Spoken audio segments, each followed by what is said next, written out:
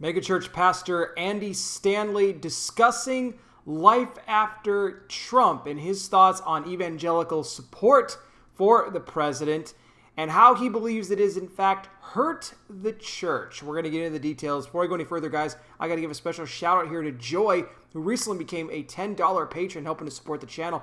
Thank you so much, Joy, for that. It really means a lot to me. And guys, if you enjoy what I do here, you would like to help me out, you can do so as well, as little as $5 a month. Patreon.com/conservative truth. That link in the description also gets you access to over 25 exclusive podcasts where I talk more about sensitive information. You get the alerts for anything that goes out onto Patreon, unlike YouTube, where you're not going to be notified of all the videos that I put out, even if you have that bell selected, because YouTube doesn't like me, but I know you guys do like me. So when you get done watching me here, browse back and check what you've missed. Please like this video, share it, hit the bell, subscribe, and wear the glasses because I'm blind.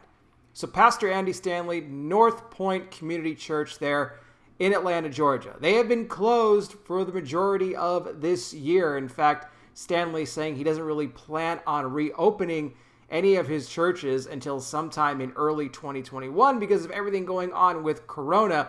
I spoke about that when it first happened. I did not agree with it at all. I thought that this guy was a coward to do this, to close his entire church down, to only do the online services when you have pastors like John MacArthur in California and so many others who have fought the government tooth and nail to try to keep their church doors open to be able to preach the gospel because that is their right to do so.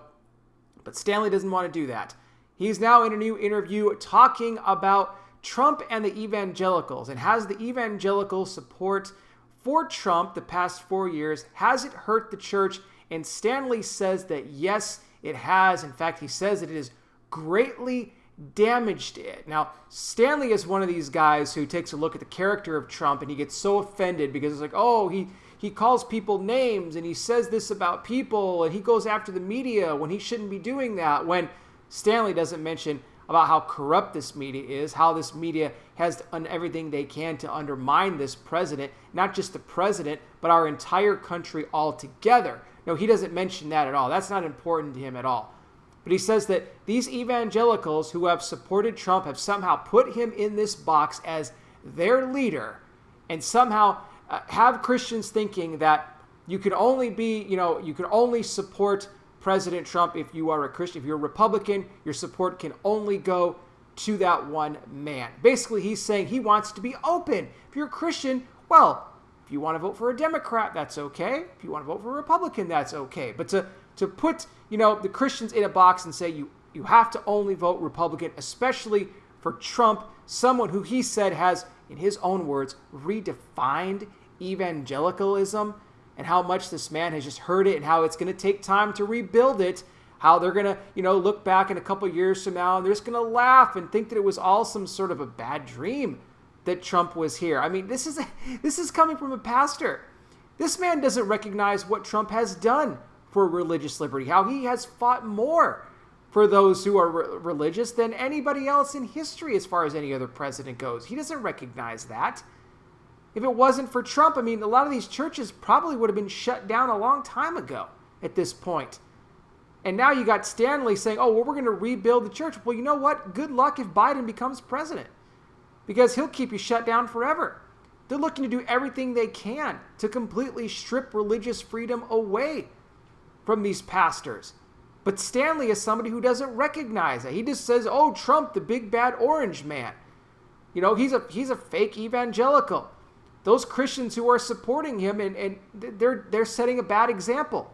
It's hurting the gospel. I don't get it. You have a man in Trump who stuck up for the unborn, who fought for life, and Stanley doesn't recognize it. Like so many of these other megachurch pastors who are more worried about being politically correct, they just can't find it within them to put their support by somebody like this because they can't understand how someone like a Trump could come to power, could get the love and support from so many people. We're not looking at him as Jesus. That's not what we're doing here. We're not looking at him because of the character. You don't have to like the character. You look at the policy. What does the man stand for? But Stanley has a problem with the character. But he doesn't address the policy. If you took a look at the policy and you took the name Trump out of it, you would think as a pastor he'd go along with that. But then again, We have pastors that side with the Democrat Party and go along with their policies. That's a whole nother story, though. Stanley not revealing, though, who he voted for. In fact, he hasn't revealed that over the past 2 elections. But, of course, this is somebody who came from a family where his father, Charles Stanley, who basically had just a couple months ago, I reported on it, is stepping down from ministry now. I mean, the guy is getting almost to be 90 years old. At this point, Stanley talked about how, I grew up in a very religious right family and everything like that. And he kind of sees himself somewhere more in the middle of this. So this is, in my mind, just another one of these megachurch pastors flapping their gums who hates Trump. And honestly, they have a disdain for Christians who supported him. And they just can't get over that. And it's sad to see this. Don't follow pastors like this, ladies and gentlemen. This guy may have a church, of like 37,000 people, okay? But look at who's leading that church. Look at these wolves in sheep's clothing. Be very careful who you follow, because we're going to see more of these types like Stanley being exposed here in the last days. Jesus warned us of this. He said there would be false Christs and false prophets that would arise in the last days, and they would deceive many. And I hate to say it, but Stanley is one of these guys to me. Andy Stanley. Not so much his father, Charles, but Andy Stanley. Guys, I want to hear from you. What do you think about the comments made here by Andy Stanley directed towards Trump, the evangelicals, how this has all affected the church? I'd love to hear your opinions on it. I'll put some more information for you in the description. Thank you so much for watching. I really do appreciate it. I'll be back with more. You guys take care. Please be safe out there. God bless each and every single one of you, and I'll talk with you soon.